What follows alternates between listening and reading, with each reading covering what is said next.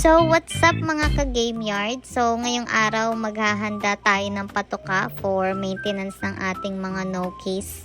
Bale, nagbabad tayo dito ng conditioner kanina tong umaga, tapos sinugasan lang natin. Ganito yung ginagawa ko araw-araw. Binababad ko sa umaga, patuka sa hapon. Then, babad ulit sa hapon, patuka sa umaga. Bali dito maglalagay tayo ng Vitamin Pro. Maganda kasi ito sa mga no-case natin mga ka-game yard.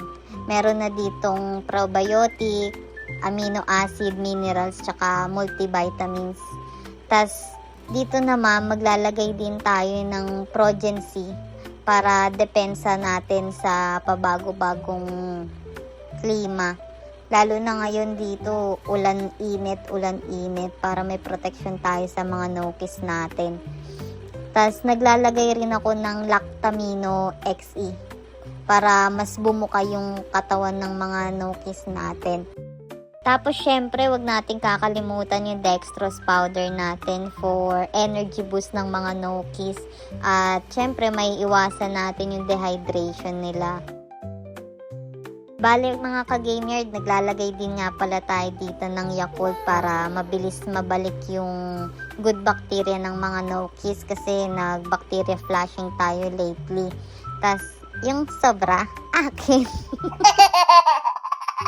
At syempre, hindi natin kakalimutan ng Integra 3 Plus natin.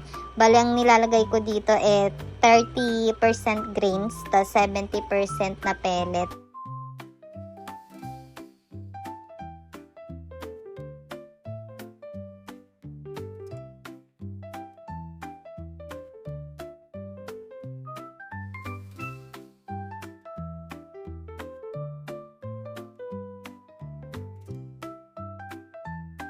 Tapos haluin lang natin ng mabuti para sigurado na kumapit yung mga nilagay natin na vitamina sa mga no-case natin.